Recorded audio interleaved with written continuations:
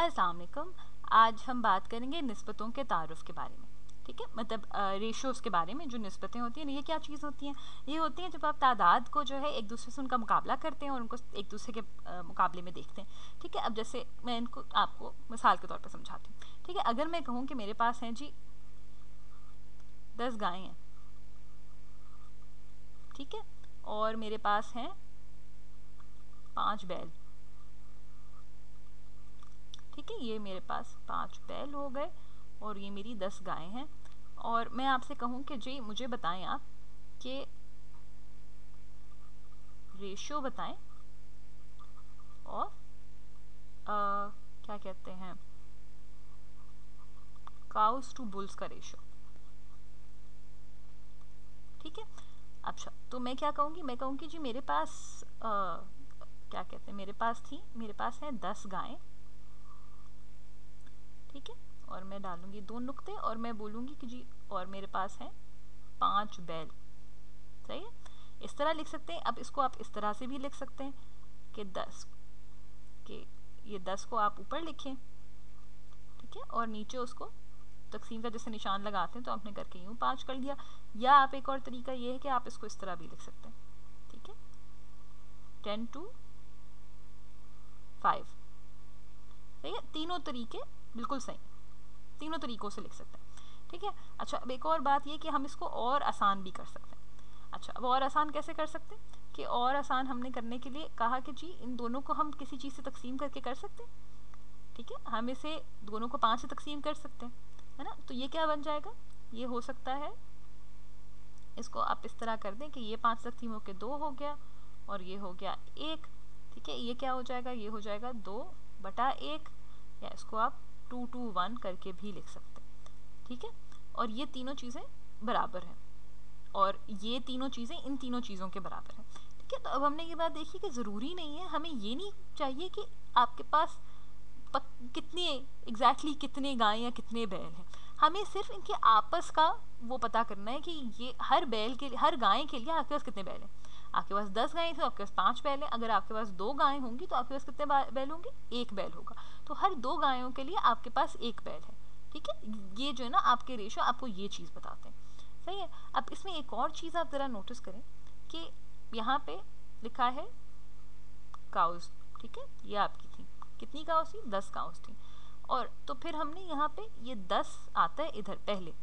ठीक है, पहले आया हर जगह है। और इसी तरह अगर हम इसको देखें तो यहाँ लिखा है बुल्स, ये बाद में लिखा है ना, और यहाँ पे हमारे पास 5 बुल्स हमें पता है, तो हमने 5 को कहाँ लिखा, बाद में हर जगह। ठीक है, तो जो चीज़ यहाँ पहले लिखी है वो पहले आई और जो चीज़ बाद में लिखी है वो बाद में आई है। अच्छा, अब अगर कोई मुझसे ये पूछे कि मुझे बताएं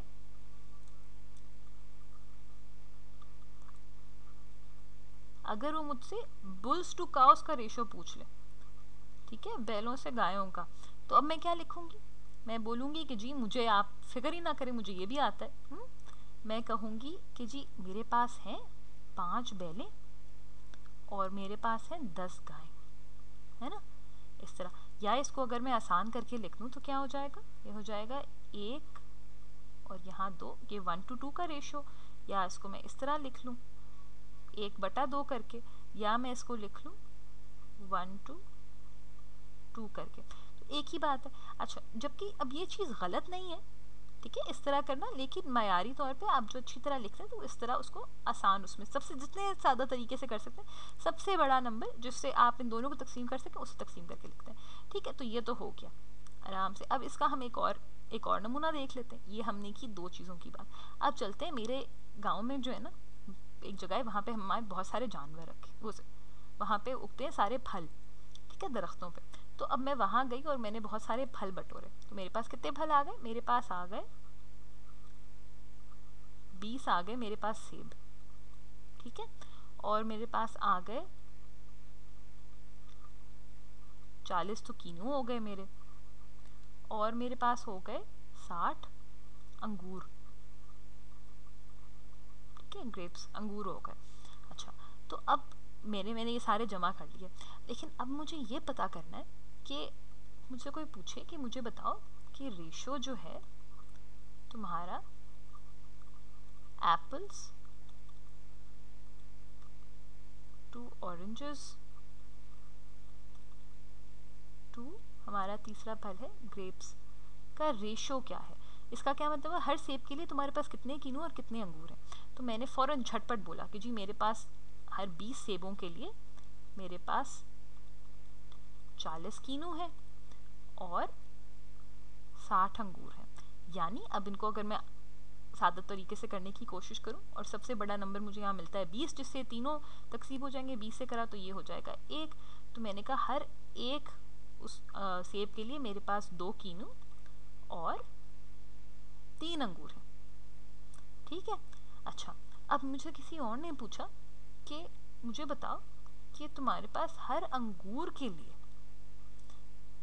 कितने कीनू हैं और कितने सेब हैं। ठीक है, हमने इनका वो बदल दिया।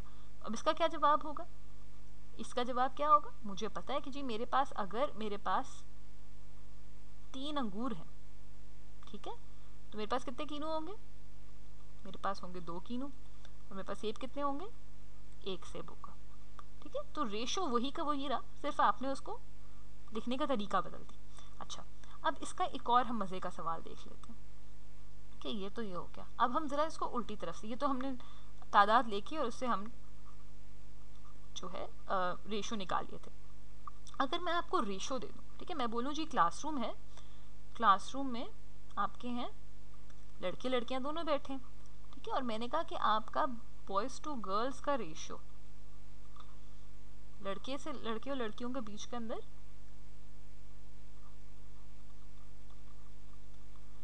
मैंने कहा कि जी 2 to 3 का रेशियो है। ठीक है, इसको आप इस तरह भी लिख सकते हैं या इसको आप इस तरह भी लिख सकते हैं, एक ही बात है। ठीक है, तो मैंने कहा ये है, और मैंने कहा कि आपके पास जी टोटल जो है ना 40 बच्चे हैं क्लास में। सही है।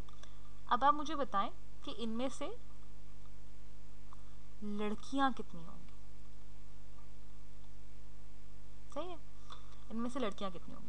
अच्छा, अब हम इसको इस तरह लिख के देख लेते हैं। हमने कहा कि जी बॉयज़ आ गए ब्लू में और लड़कियां आ गई पिंक में।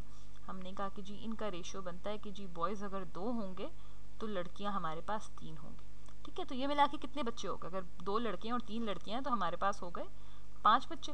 तो हमने कहा कि जी फॉर एवरी 5 स्टूडेंट्स, हर 5 बच्चों के लिए, उनका तो हमें पता है कि जी हर 5 बच्चों के लिए हमारे पास क्या है, उनमें से हमारे पास 2 लड़के हैं 2 लड़के हैं, सही है, और 3 लड़कियां हैं, ये हमें पता है। ठीक है, कि 2 लड़के हैं और 3 लड़कियां हैं। चलो, मैंने थोड़ी सी सफाई कर ली। अच्छा, तो इसका पता है। अब हमें लेकिन 40 स्टूडेंट्स में से कैसे निकालें, तो हमने कहा कि अच्छा ये बात एक देखते हैं कि हमारे पास ये 5-5 के ग्रुप है, ठीक है, उनमें हमें पता है, और हमारे पास कुल मिला के 40 बच्चे हैं। तो इन 40 बच्चों में से ये 5-5 के कितने ग्रुप्स होंगे। ठीक है, तो हमने कहा कि अगर हमारे पास 40 बच्चे हैं,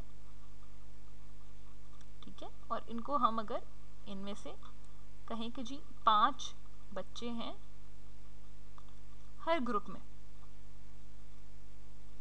ठीक है, 5 बच्चे हैं हर ग्रुप में, तो कितने ग्रुप हो गए, 8 ग्रुप हो गए, है ना, इस तरह के 8 ग्रुप बन गए। अच्छा, और 8 ग्रुपों में हमें पता है कि हर ग्रुप के अंदर 3 लड़कियां हैं, है ना, हर ग्रुप के अंदर 3 लड़कियां हैं। तो टोटल कितने हो गए, अगर आप इनको ज़रब दे दें तो ये हो जाती हैं 24 लड़कियां। अच्छा, इसी तरह अगर आप लड़कों का, और ये हमें 5 इन दोनों को जमा करके मिला था, इसी तरह अगर आप लड़कों का निकालें तो वही 40 बच्चों में से 5-5 के ग्रुप बनाए तो आपके पास 8 ग्रुप रहते हैं। हर ग्रुप में आपको पता है कि 2 लड़के हैं, तो हो गए 16 लड़के। या आप इस तरह भी देख सकते हैं कि 40 बच्चे हैं जिनमें से 24 लड़कियां हैं, तो बाकी तो लड़के ही होंगे ना। तो 40 में से अगर आप 24 निकाल दें तो आपके पास बाकी 16 बचते हैं। ठीक है, तो दोनों तरीके से आपके लड़कों का भी नंबर निकाल सकते हैं। अच्छा, इसी तरह का एक और हम सवाल देखते हैं। ठीक है, अब वापस चलते हैं उधर, मैंने आपको गांव का किस्सा जो सुनाया था। अच्छा, अब गांव में मेरे पास ना बहुत सारे जानवर भी हैं। ठीक है, तो मैंने कहा कि मेरे पास वहाँ हैं भेड़ें, ठीक है, और मेरे पास वहाँ हैं मुर्गियाँ, ठीक है, और मेरे पास वहाँ क्या है, मेरे पास वहाँ है बतखें, ठीक है।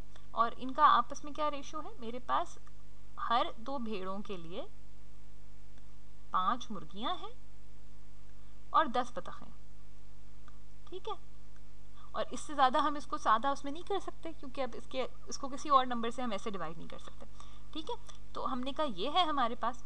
तो अगर मैं आपसे पूछूं, मैं आपको बताऊं और ऊपर से कि मेरे पास कुल मिला के 51 जानवर हैं, ठीक है, और मैं जानना चाहती हूँ कि मेरे पास मुर्गियाँ कितनी,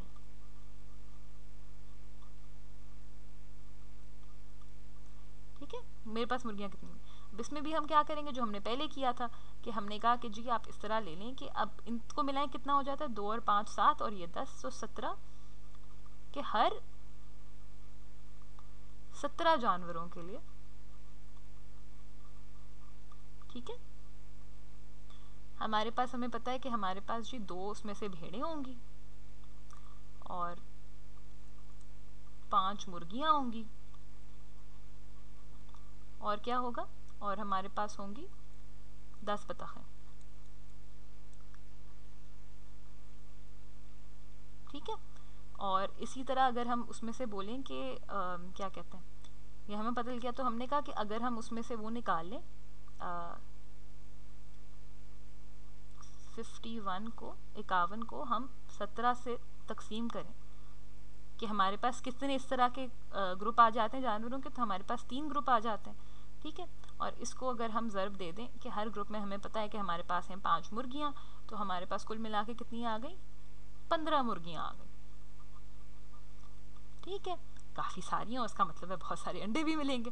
अच्छा, तो ये 15 मुर्गियाँ आ गई, और इसी तरह करके अगर आप चाहें तो आप भेड़ों का और बतखों का भी निकाल सकते हैं, ठीक है। उम्मीद है आपको समझ में आया होगा। अगले लेक्चर में मुलाकात।